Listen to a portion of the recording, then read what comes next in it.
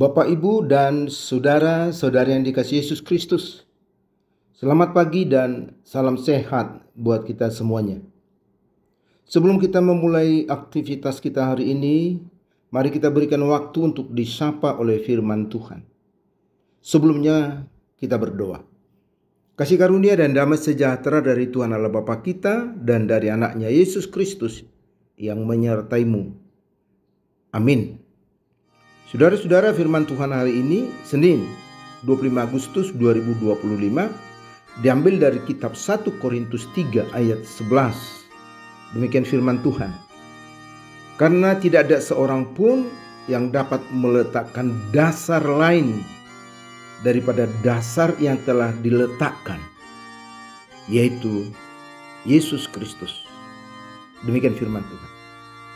Saudara-saudara yang dikasihi Yesus Kristus, ada pepatah orang kita Batak mengatakan, salamat dasar sega luhutan. Kalau terjemahan bebasnya boleh dikatakan, salah meletakkan dasarnya atau awalnya atau fondasinya, maka akan berantakanlah bangunan yang di atasnya. Jadi pepatah ini menggambarkan pentingnya membuat dasar yang benar. Karena kesalahan pada tahap awal akan berdampak buruk pada hasil akhirnya.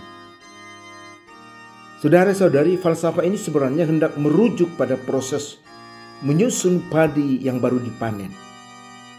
Padi yang dipanen itu ditumpuk menjadi tumpukan besar yang disebut luhutan.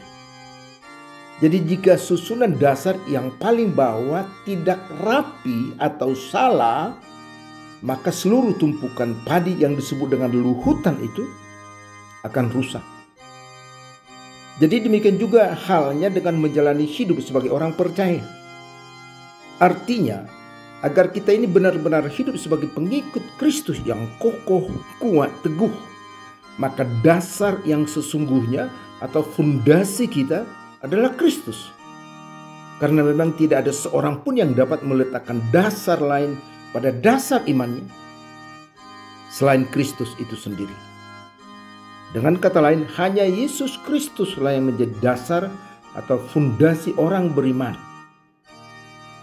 Dan dialah yang layak disebut batu karang yang teguh, yang membuat bangunan di atasnya, yaitu kita umatnya, dapat berdiri kuat kokoh sekalipun banyak tantangan atau godaan dalam hidup ini.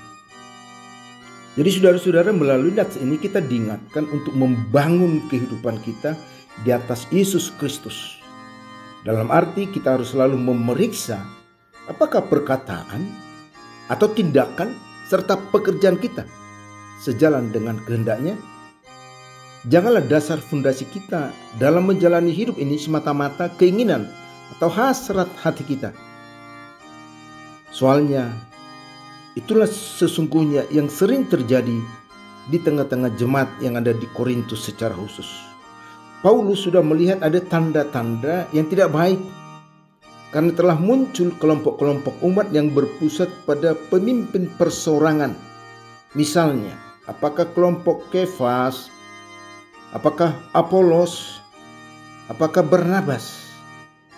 Seolah-olah dasar atau fondasi mereka tidak lagi Kristus, tetapi sudah di luar Kristus. Jadi demikian juga dengan situasi yang terjadi di tengah-tengah perkembangan kekristenan kita ini. Sudah ada muncul orang-orang yang justru menonjolkan pikirannya sendiri yang sungguh berlawanan dengan firman Tuhan. Misalnya ajaran yang mengatakan bahwa kedatangan Kristus tanggal sekian, bulan sekian, tahun sekian, sesuai dengan kajian mereka sendiri. Dan ternyata apa yang dikatakannya itu tidak pernah terjadi, karena memang sesuai dengan apa yang tertulis dalam Matius 24 ayat 36 yang mengatakan, tetapi tentang hari dan saat itu tidak seorang pun yang tahu.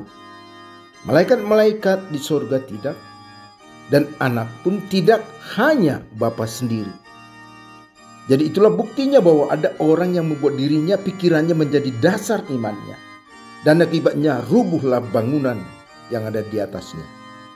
Untuk itu saudara-saudari, apapun yang terjadi dalam hidup ini, Mari kita teguh berdiri di atas dasar bangunan iman kita, yaitu Yesus Kristus. Amin. Selamat beraktivitas dan terimalah berkat Tuhan. Anugerah Tuhan Yesus Kristus, kasih dari Allah Bapa, serta persekutuan dengan Roh Kudus, itulah yang menyertaimu. Amin.